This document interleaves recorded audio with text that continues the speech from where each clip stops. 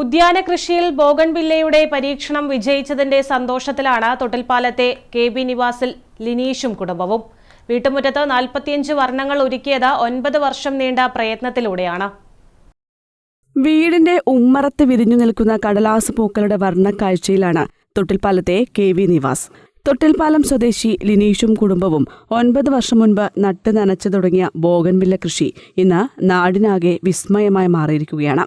45-ലധികം വ്യത്യസ്ത നിറങ്ങളിലും ഇനങ്ങളിലുമുള്ള പൂക്കളാണ് ഈ വീട്ടുമുറ്റത്തെ സുന്ദരമാക്കുന്നത്.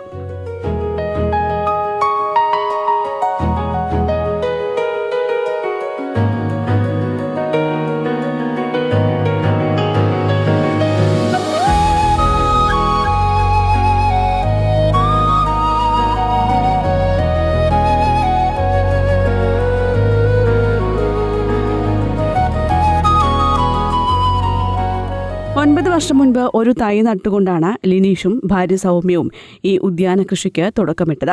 പിന്നീട് എവിടെ കണ്ടാലും പുതിയ ഇനങ്ങൾ ശേഖരിക്കുക എന്നത് ഇവരുടെ പതിവായി. വിവിധ സ്ഥലങ്ങളിൽ നിന്ന് ശേഖരിച്ച കമ്പുകൾ മുളപ്പിച്ചും വൈവിധ്യമാർന്ന ഇനങ്ങൾ ഗ്രാഫ്റ്റിംഗ് നടത്തി ഒരു ചെടിയിൽ തന്നെ 2-ലധികം നിറങ്ങൾ വിരിയിച്ചും ഇവർ തങ്ങളുടെ പൂന്തോട്ടം വിപുലീകരിച്ചു. കടലാസ് പൂക്കൾ കാണാനും ചിത്രങ്ങളെടുക്കാനും നിരവധി പേർ വീട്ടിലെത്തുന്നതായും ഒദ്യാന കൃഷി വിജയിച്ചതിൽ ഏറെ സന്തോഷമുണ്ടെന്നും സൗമ്യ പറഞ്ഞു. പൂന പിങ്ക് എന്ന് പറയുന്നൊരു വെറൈറ്റിയാണ്. ഇതിലാണ് ഞങ്ങൾ ആദ്യം തുടങ്ങിയത്. ഈ ഒറ്റൊരു പ്ലാന്റ് ആദ്യം ഉണ്ടായിരുന്നുള്ളൂ.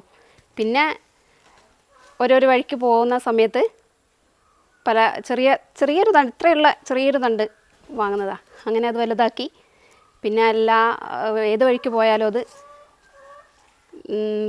വെറൈറ്റി കാണുന്ന സമയത്ത് അതെല്ലാം വാങ്ങും. അങ്ങനെ കുറേ ഇപ്പോൾ എല്ലാവരും ചോദിക്കുന്നുണ്ട്. ഈ കൊല്ലം തന്നെ ഒരു 10-15 ആൾക്കാർ ഇവിടെ വന്ന് ചോദിച്ചു.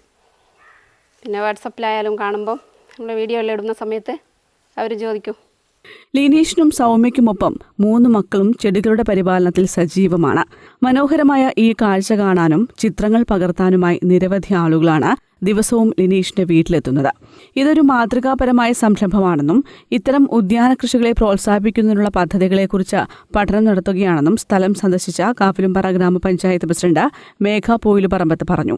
ഉദ്യാന കൃഷി ഒരുപാട് രീതിയിൽ നമ്മൾ കണ്ടിട്ടുണ്ട്. പക്ഷേ ഇവിടെ ഈ ബോഗൺവില്ലയുടെ പലതരത്തിലുള്ള 45ഓളം തരത്തിലുള്ള പൂക്കളാണ്, വെറൈറ്റീസാണ് നമുക്കിവിടെ കാണാൻ കഴിയുന്നത്. ശരിക്കും ഇതൊരു വേറിട്ട തരത്തിലുള്ള ഉദ്യാന കൃഷി തന്നെയാണ്. ഇത്തരം സംരംഭകരെ നമ്മൾ കൂടുതൽ പ്രോത്സാഹിപ്പിക്കേണ്ടതുണ്ട്. അപ്പോൾ ഏതെങ്കിലും രീതിയിൽ നമുക്ക് ഈ ഉദ്യാന കൃഷി ചെയ്യുന്ന ആൾക്കാരെ സഹായിക്കണമെന്ന് നമ്മൾ ആലോചിക്കുന്നുണ്ട്.